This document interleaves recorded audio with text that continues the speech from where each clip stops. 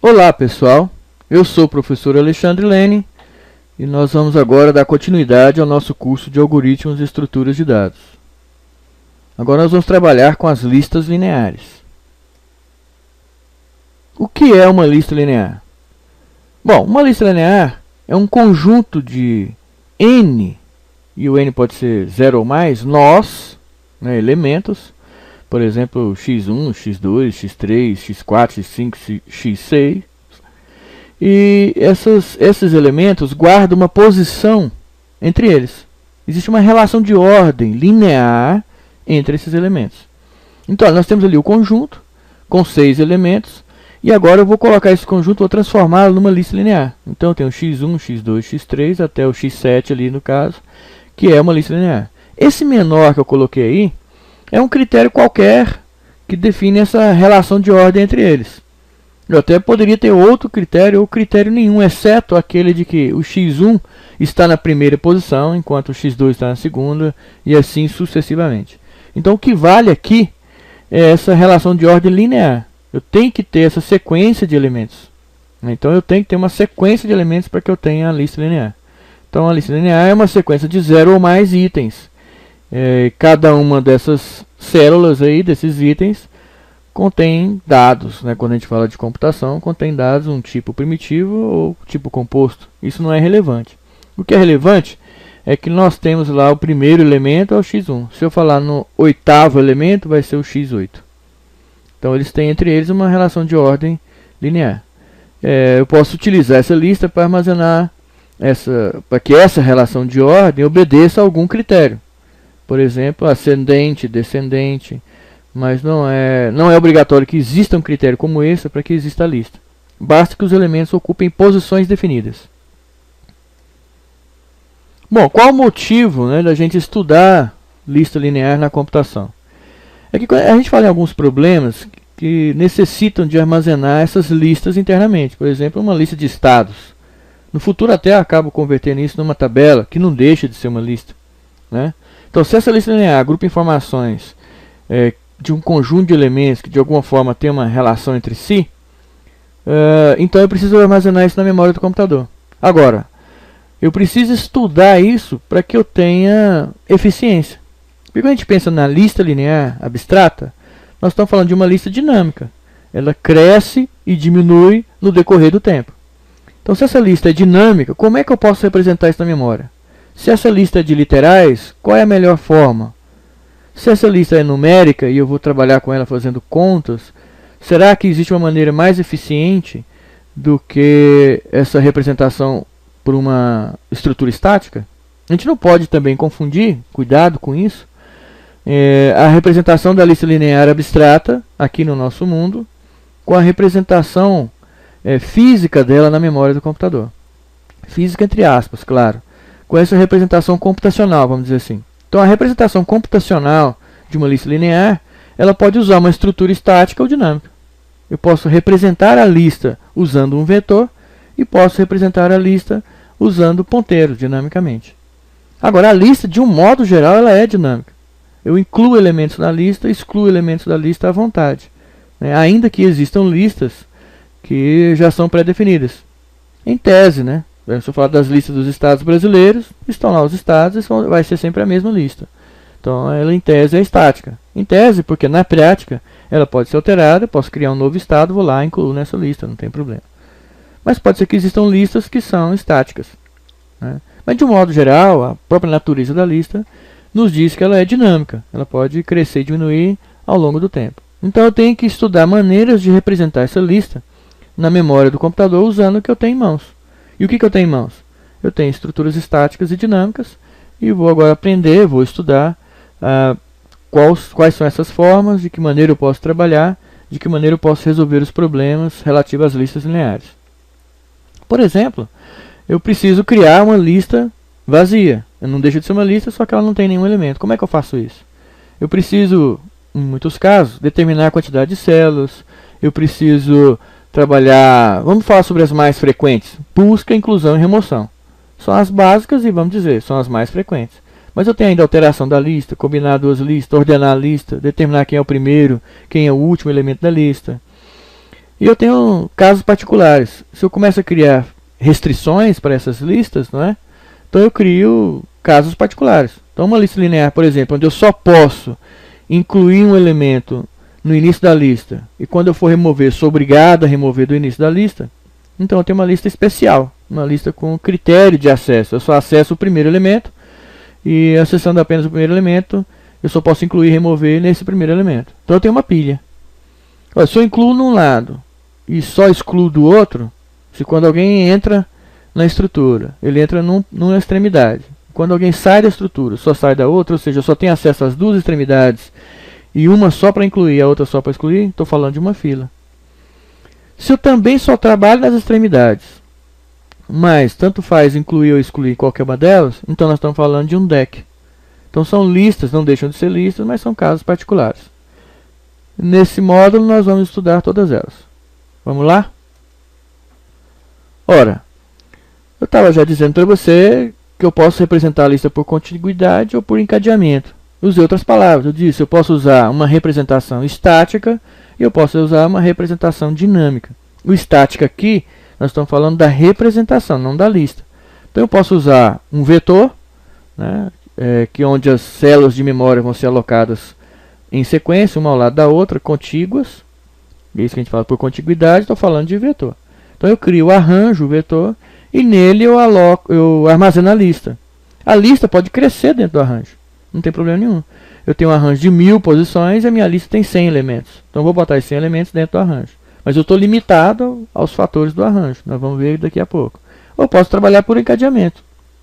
Eu posso criar minha lista, os nós da lista, à medida que eu preciso. Daí eu vou usar técnicas para isso. No caso, vou usar ponteiro. Nós vamos ver daqui a pouco também. Eu vou até primeiro trabalhar essas questões, né, da representação por contiguidade e da representação por encadeamento, para depois partir para os casos particulares. Falando em contiguidade. Se falou em contiguidade, você falou em representar por um vetor. Ou arranjo, o nome não interessa, o nome que você quer dar. Nós já demos uma estudada nisso no módulo anterior, né, então a gente já sabe trabalhar bem com o vetor. O importante é conhecer essa relação. Então eu tenho aí uma lista com os elementos com essa relação de ordem linear, e aí eu armazeno no vetor, desde que eu possa identificar no vetor essa relação de ordem linear. Então eu posso definir, por exemplo, que o primeiro elemento da lista vai ser sempre a posição 0 ou 1 do meu vetor. Então, se eu estiver trabalhando em Pascal, o normal é que seja a posição 1. Se eu estou trabalhando em C, a gente costuma alocar e ele já numera com a posição 0. Então, o índice aí nesse caso, né, o índice que me diz as posições do vetor, ele representa a posição nessa relação de ordem linear. Essa é a ideia. Então, a gente pode dizer que essa é a maneira mais simples de se manter uma lista na memória. É muito fácil trabalhar com vetor, né? A alocação sequencial em linguagens de alto nível, assim como C, Pascal, Java, etc., é realizada por reserva de memória. Então, de um modo geral, né, a maioria das linguagens trabalha com reserva de memória. O que quer dizer isso? Eu declaro o meu vetor e aí então ele já vai para a memória com todo o espaço necessário a ele alocado. Algumas linguagens, esse espaço é dinâmico. Então, eu tenho linguagens que eu posso definir o vetor sem informar o tamanho dele, e depois eu incluindo elementos, ele vai alocando dinamicamente. Então, nesses casos, é uma exceção, né? Não é uma linguagem tradicional que a gente está acostumado a ter que declarar o vetor antes do programa começar, né? Então o PHP, por exemplo, ele permite que você faça isso, que você mude o tipo de uma variável, etc. É uma linguagem, até arriscaria dizer que ela é fracamente tipada, né? Eu não tenho certeza do tipo, eu pelo menos posso mudar o tipo, trabalhar os tipos da variável em tempo de execução. Então eu mudo o tipo na medida que eu preciso, e isso não faz diferença para a linguagem. Já no Pascal, por exemplo, não, é fortemente tipado. Eu tenho que definir o tipo da variável em tempo de compilação, né, quer dizer, quando eu estou fazendo no código fonte, e eu não posso alterar isso depois. Ele não aceita, né? Bom, então de um modo geral, eu declaro o vetor, e esse é um dos problemas de trabalhar com vetor. Eu já tenho que definir e calcular o tamanho máximo dele na memória. E ainda que a minha lista tenha 10 elementos, se eu crio o vetor com 1000, vou consumir as 1000 posições. Isso de cara já é a diferença É uma das desvantagens, né, de trabalhar com um arranjo. E além disso, eu ainda vou ter que criar algumas outras variáveis auxiliares, né, para trabalhar com esse esquema. Eu tenho que saber onde é que começa o vetor, ou melhor, saber onde é que começa a lista dentro do vetor, onde é que ela termina. Se eu já pré-defino isso, né, que ela começa na posição 1 sempre, aí eu vou precisar só de uma variável para indicar o final, né. Eu tenho que controlar o tamanho máximo, né, da minha lista, que por exemplo pode ser o mesmo tamanho do vetor, né. Não necessariamente, mas eu vou ter que ter algumas variáveis para fazer aí esse controle da lista dentro do vetor. Então eu trouxe aqui um desenho para você enxergar isso melhor. Então eu tenho lá várias posições dentro do vetor, né, k posições. Estou ocupando as n primeiras posições, que essa é a lista linear. Então o início da lista seria uma variável que indica onde é que a lista começa, onde é que está o x1. O fim da lista é o n, né, que é o xn, e o tamanho máximo da lista é o xk. Essas três variáveis aí eu estou utilizando nessa lista. Eu poderia deixar para lá esse início da lista, colocando que a lista sempre começa na posição 1, independente do tamanho dela, da sequência de operações, etc. e tal. Tem custo isso, né? A gente vai dar uma olhada daqui a pouco, mas tem custo isso, né? Essa escolha se eu vou ter ou não vou ter, se eu vou fixar ou não vou, vai ter um custo. Vai pensando aí que daqui a pouco eu vou te cobrar qual seria esse custo. Olha um exemplo aqui, né? Então eu tenho aí uns elementos representados na memória, x1, x2, xn, com as variáveis primeiro igual a 1, né? O último menos 1 é o xn e o max tamanho está ali. Então eu criei constante, o início do arranjo é sempre 1, max tamanho é 1000, e aí eu criei alguns tipos construídos por nós mesmos, né? Então o apontador é um inteiro, o tipo item é um registro, que tem o campo chave, onde chave é do tipo chave, que já deve ter sido declarado em outro momento, em outro local, não importa agora, só para a gente ter uma ideia, né? O tipo lista é um registro que tem um item, que é o próprio arranjo, o primeiro e o último, que são apontadores. Então o apontador é um inteiro, né? Então o primeiro e o último são dois inteiros, que vão indicar para a gente quem é o primeiro e quem é o último elemento dessa lista. E a lista é o que nós temos lá como item. Então é um arranjo de 1 até max tan, nesse nosso caso é 1000, de tipo item. E o tipo item é um registro que tem lá o chamado tipo chave, poderia ter outras coisas, como nome, endereço, telefone, não importa. Quais são os elementos que tem num nó da lista. Então o tipo item é o nó da lista. E o tipo lista é a própria lista. E esse tipo tem um arranjo, primeiro e último. Essa é uma declaração bem típica do Pascal. Algumas outras linguagens também você pode usar mais ou menos esse estilo aí. Pode mudar um pouco a sintaxe da linguagem, mas a ideia é essa. Eu tenho as constantes aí que vão indicar alguns detalhes sobre o vetor. E aí eu crio um tipo abstrato de dados, né? Ou coisa semelhante aí. Dependendo da linguagem, isso pode ser mais ou menos claro para a gente se é um TAD ou não. E aí eu tenho esses itens que estão aí. Vantagem. Bom, a grande vantagem, o destaque de se trabalhar com uma lista linear representada por contiguidade é a economia de memória. Os apontadores são implícitos na estrutura.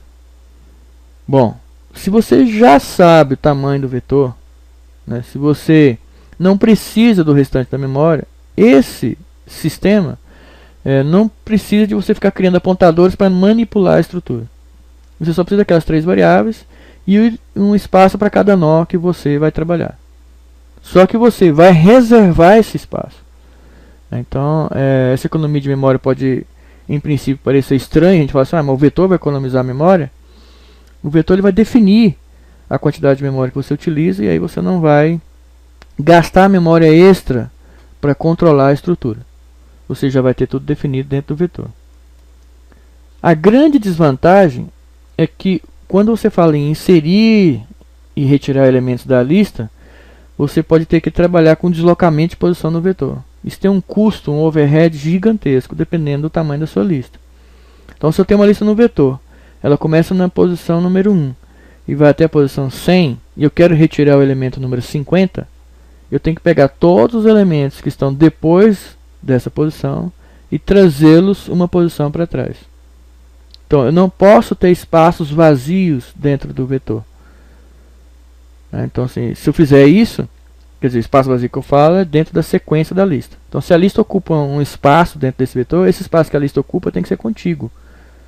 E se ele é contíguo, eu vou ter problema na hora de eu remover itens ou inserir itens. Se eu vou inserir um na primeira posição da lista, eu tenho que empurrar todos os demais para a direita, ou pelo menos para as posições subsequentes, para abrir o espaço para incluir o novo. Então esse é um custo que você tem que saber que vai existir. Apesar da facilidade, você vai ter esse custo. Em aplicações em que não existe a previsão sobre o crescimento da lista, a utilização de arranjos em linguagem como Pascal pode ser problemática, porque nesse caso o tamanho máximo da lista tem que ser definido em tempo de compilação. Então, o que nós estamos falando agora. Como eu defino o tamanho máximo da lista, eu já tenho que saber de antemão o tamanho que a lista pode assumir. Eu tenho que prever isso, né? Obviamente, isso é uma desvantagem, mas a gente tem que dar um desconto. Porque mesmo que eu trabalhe com ponteiro, eu vou estar sempre limitado ao tamanho da memória. E olha que não é a memória toda. Eu vou estar limitado à memória que a linguagem consegue trabalhar. Então tem linguagem, por exemplo, igual o Pascal, que eu não vou conseguir alocar a memória, mesmo com ponteiro, de uma maneira fácil, acima de uma determinada paginação de memória. Né? Isso fica aí para quem vai estudar mais a fundo linguagem de programação. Mas você vai perceber em algumas linguagens que ela te limita a memória disponível. Não é qualquer espaço da memória que eu tenho. Né? As linguagens trabalham com blocos, com páginas de memória, etc. Então às vezes eu não consigo alocar mais do que tanto de memória. Não adianta. Mesmo assim eu estou limitado à memória da máquina. Então se eu estou com um computador, vamos supor que a linguagem me permita endereçar qualquer espaço de memória. Né? Então vamos supor ainda que nesse meu sistema, o sistema operacional me permita alocar 1 GB de memória, dinamicamente. Então ele reserva lá 1 GB para mim, de memória. Eu estou limitado a esse 1 GB. Não importa o que eu faça, mesmo com ponteiro, eu estou limitado a esse 1 GB. Bom, o detalhe é que você tem que saber isso de antemão, se você vai trabalhar com vetor. Então, se eu vou trabalhar com vetor, eu tenho que saber o espaço máximo. E o pior, o vetor, na maioria das linguagens tradicionais, ele é alocado na área de dados mesmo. Né? E você já define, e esse espaço ele é bem pequeno. No Pascal, se eu não me engano, as versões mais antigas limitavam a 64K. Você tinha um bloco lá, uma página de memória para trabalhar, e era ela. Não importava se o seu computador tinha mais. Dinamicamente, a vantagem é que eu escapava disso. Eu não estava limitado a essa área de dados que o compilador vai reservar para mim. Agora vamos ver por encadeamento. Aqui eu quero que você preste bastante atenção, porque quando a gente fala por encadeamento, vamos falar de ponteiro. Eu me lembro que quando eu dava aula de estrutura de dados, era uma das disciplinas que eu mais gostava, só perdia para inteligência artificial, claro, né, que era a minha área, e era uma das disciplinas que os meninos mais odiavam. Porque ali, logo no começo eu já avisava, essa disciplina aqui separa os homens dos meninos. Estrutura de dados, para mim, é aquela disciplina que você entende se você vai trabalhar em determinada área da computação ou não. Essa área é a área voltada para programação, né, para esse tipo de matéria, ou de estudo, ou de ciência dentro da própria ciência, que lida muito com programação. Então, se eu vou desenvolver sistema operacional, se eu vou trabalhar nessa área de rede, falando de desenvolvimento em rede, qualquer coisa que você vai ter que programar no meio, você vai acabar esbarrando nas dificuldades de representar os dados em memória. Bom, então quando a gente chegava lá, na hora que chegar nessa aula de ponteiro, é aqui que o negócio pega. Porque aqui parece que a abstração é grande. Então, para você entender esse esquema de ponteiro, você precisa ter um clique. A gente ensina uma vez, 2, 3, faz exercício até que dá um clique e você vai sozinho no resto. Então, quando a gente fala por encadeamento, nós estamos falando de usar ponteiro, nós estamos falando de usar alocação dinâmica de memória. Quando a gente fala em memória, a gente já sabe. Cada espaço de memória tem o seu próprio endereço. Então eu representei para você, ó, marquei lá um espaçozinho qualquer da memória, uma célula. E essa célula tem o endereço 07F3BC. Então tá lá, vamos supor que seja isso. Não importa se é ou não, é só aqui uma abstração para a gente aprender. Então tá lá, esse é o endereço de memória. Naquele endereço está armazenado o valor 123. Pronto. Então eu tenho aí uma célula de memória que está sendo representada pelo número 123, ou que armazena esse valor, e cujo endereço é 07F3BC. Então, quando eu falo em célula de memória, eu falo de uma posição na memória, um byte, uma palavra, mas nós estamos falando aqui de byte, que consegue armazenar aquele valor. E esse byte é endereçável, ele tem um endereço e o processador então consegue ler aquele valor que está lá dentro. Essa é a ideia. Muito bem. Então agora vamos abstrair. Ao invés de eu falar em endereços, né, eu falo agora em variável. Eu pego esse endereço, crio uma tabelinha, o compilador já faz isso para você, e aí associa um nome, o identificador da variável, àquela posição de memória. Certo? Então eu tenho uma variável x, e essa variável x agora tem 1, 2, 3. O endereço de x, ou quando eu falo x, o compilador traduz lá para o computador para o endereço 07F3BC. Esse endereço você só vai descobrir na hora, né? Quando você executa o programa, aí o programa executável, quando é carregado para a memória, ele aloca um espaço para as variáveis, e é agora que ele atribui o endereço nessa tabela. Então, essa tabela ela é construída na hora que você compila, mas só com endereços relativos. Então eu aloco um bloco de memória que começa no endereço 07F300, por exemplo, e aí o programa consegue, a partir de então, saber que essa memória aí, essa posição de memória é a 30ª após o começo, por exemplo. Então quando a gente fala de uma variável no programa, ela nada mais é do que um nome, um símbolo que a gente dá para a área de memória. É responsabilidade do compilador resolver esse problema para a gente. Eu só preciso me preocupar com o símbolo, com o nome da variável. Então ela pode armazenar um endereço, se eu puder, né, armazenar um endereço, o que isso significa para mim?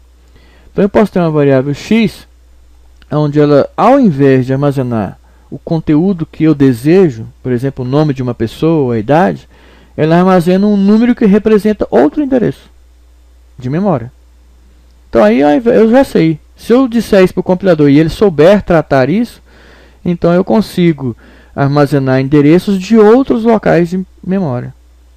Isso quer dizer que eu posso ter uma variável que armazena apenas um número equivalente aos números de memórias possíveis, né? Então ela pode ser aí, se for, por exemplo, suponho que eu tenho 65.000 bytes alocados nesse programa.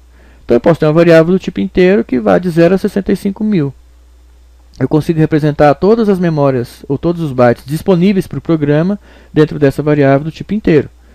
Agora eu posso representar dentro dessa variável do tipo inteiro outros locais de memória. Então além de 65.000. Então de repente aumentando o tamanho desse inteiro, eu vou além dos 65.000 e começo a mostrar dentro dessa variável valores de endereços longe da memória atual. Isso é importante?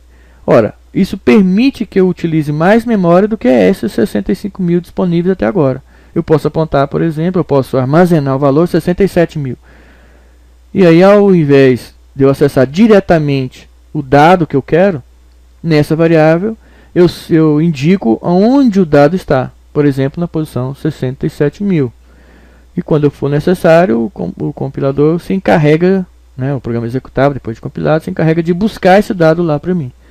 Quando eu não precisar mais, eu posso simplesmente encerrar essa posição de memória. É esse aqui o caso.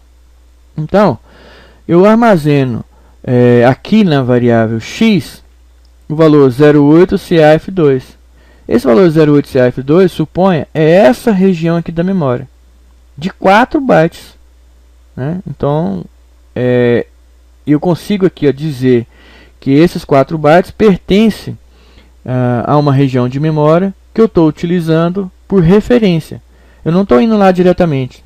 Muitas vezes eu nem consigo acessar por vias de variável essa memória aqui. Eu acesso via ponteiro porque ela está longe do alcance das minhas variáveis estáticas.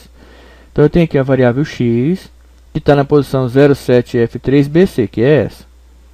Dentro dessa posição eu armazenei esse número, que ele na verdade é o endereço dessa posição. Se eu disser que isso aqui é um tipo de dado de 4 bytes, então o próprio compilador já sabe que ele vai ter que ler os 4 bytes de uma vez. De uma vez entre aspas, né? Vai ler aqui da maneira que o processador permitir. Mas eu preciso desses 4 bytes para compor o meu conteúdo. E o esquema aqui é que eu posso criar isso e descriar na hora que me interessar. Normalmente a gente desenha assim, né? Então aqui está o x, o endereço, aponta para cá, tem 4 bytes. Aí, para facilitar, vamos desenhar só assim, ó. X, setinha, 1, 2, 3. Porque lá, nesse 086 e tal, aqui vai estar o número 123. É esse que é o esquema. Então 123 passou para cá. Agora eu posso fazer mais. Aqui já que cabe 123, será que não cabe um outro tipo de dado mais complexo, como por exemplo um registro? É claro que cabe. Aí cabe qualquer tipo. Se cabe qualquer tipo, eu posso criar um registro e dividir ele em dois pedaços ainda. Um para armazenar o valor, outro para armazenar outra variável desse mesmo esquema. Uma variável que consegue apontar para uma área de memória, um ponteiro, né? Uma variável de referência. Então o x, que é um ponteiro, um apontador, uma variável que permite eu armazenar o valor de outra variável, ou melhor, de uma posição de memória, né? Que não deixa de ser uma variável, ao invés do conteúdo que eu desejo. Então o x aponta, armazena o endereço de uma posição de memória, e lá eu tenho o dado que eu desejo e outro pedacinho aqui, um registro com outro apontador desse, com outro ponteiro, e assim sucessivamente. Aí eu consegui construir uma lista, né? Então a ideia é que em cada posição dessa aqui, olha, na verdade eu tenho uma coisa assim. Então eu tenho um dado que é a chave, tenho outras informações e mais um apontador que me passe, que me diga onde está o próximo elemento dessa lista, né? É claro, o último aí eu tenho que ter algum esquema dele me informar aqui que não tem mais ninguém. Geralmente se armazena aí, aponta ele para nulo, né? E aí você já sabe, ó, se apontar para nulo é porque a lista acabou. Então agora é outro esquema, né? Deixa eu mostrar para você. Então nós temos aqui, em resumo, em algoritmo nós temos o alloc p, ele aloca a memória e coloca o endereço da variável no ponteiro p. Então esse comando alloc p, o que ele faz? Eu já declarei o p no meu programa. Se eu estou falando em algoritmo, eu estou falando sempre em declarar as variáveis todas. P é uma variável do tipo ponteiro. Eu declarei e disse que ele é um ponteiro. Na hora que eu vou usar, eu falo, crio um espaço de memória que eu vou trabalhar com ele. Eu falo alloc p. Aí o programa se encarrega de reservar um espaço de memória, pega o endereço desse espaço de memória e coloca no p. Mas eu só tenho acesso a esse espaço de memória por meio de p. Nesse momento, é claro. Eu posso criar outros ponteiros e armazenar esse valor de p e acessar por essa outra variável também. Mas o importante é aquele espaço de memória eu não acesso de outro jeito que não por ponteiro. Se você criou um espaço, reservou por ponteiro, você tem que acessar esse espaço por ponteiro. Ok? Bom, então alloc p em algoritmo, quer dizer, aloca um espaço de memória, pega o endereço desse espaço e coloca em p. O desalloc p faz o seguinte, ele vai lá, desaloca aquele espaço, né, liberando a variável para você trabalhar. Aquele espaço de memória fica livre para você, ou para quem quiser, quem for possível, utilizar. É um espaço livre. Em Pascal a gente usa o new dispose para a mesma coisa. New p é igual a alloc p, dispose p é igual a desalloc p. Então, nessa representação, olha, quando eu crio a variável p, veja, eu não estou falando em alocar, né? Quando eu crio, ela tem que ser declarada. Declarei p, o p está assim, não tem dado nenhum nele. Se eu fizer o comando new p, ou alloc p, eu tenho isso aqui. Aí o que está aqui dentro? Por enquanto nada. Lista de memória. É o que tiver lá naquela posição que o programa pegou e alocou para ele. É isso que eu vou ter nesse instante. Ora, então se eu tenho assim, e dou o comando dispose p, essa área aqui, olha, onde está 1, 2, 3, fica livre para usar. O dado continua lá, mas a área está na área livre. Se eu der um outro alloc, pode ser que eu vá para lá, com outra variável, entende? Se for uma área comum, que não tem, né? Mas se for uma área comum, outro programa até pode alocar essa área. De um modo geral, as linguagens já meio que reservam áreas para eles, né? Depois de ter feito esse dispose, o p volta a não apontar para ninguém, ou pelo menos a gente não tem certeza para quem que ele aponta. O valor que está lá é espúrio, mas não é um valor real.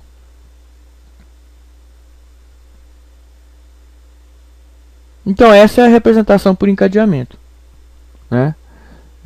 São listas implementadas através de variável dinâmica. Os nós que compõem essa lista devem ser agregados do tipo registro, contendo pelo menos dois campos. Um campo de tipo simples ou construído, você pode criar o seu, não importa, né? Para abrigar as informações que você deseja. E o outro um apontador para o próximo elemento da lista. Então é um apontador para esse tipo de registro que você criou. Ah, tem que ter os dois? Tem, porque senão como é que eu faço a lista? Eu tenho que armazenar o dado num pedaço e o outro pedaço apontar para o próximo elemento. Se não for assim, não tem jeito de eu criar a lista. Nesse caso, o acesso à lista é sequencial. Eu tenho que acessar a lista elemento por elemento. Eu caio no ponteiro que aponta para o primeiro elemento da lista, aí eu caio no primeiro elemento, pego o ponteiro que aponta para o próximo, e assim eu vou navegando na lista. Eu vou pulando de elemento em elemento até chegar nos elementos que eu desejo. Eu não tenho como acessar o meio da lista. Pelo menos não sem criar um outro ponteiro que aponte para o meio. Então eu sempre vou chegar na lista e vou ter que percorrer os nós sequencialmente. Então se eu quero chegar ao terceiro nó, eu tenho que passar pelo primeiro, depois pular para o segundo, depois pular para o terceiro. Então eu tenho que ter pelo menos um ponteiro externo à lista. Senão como é que eu vou acessar o primeiro elemento? Então eu tenho que ter um ponteiro externo na lista sempre, né? E eu posso ter a lista simplesmente encadeada, onde eu tenho um ponteiro e ele aponta para o próximo elemento da lista.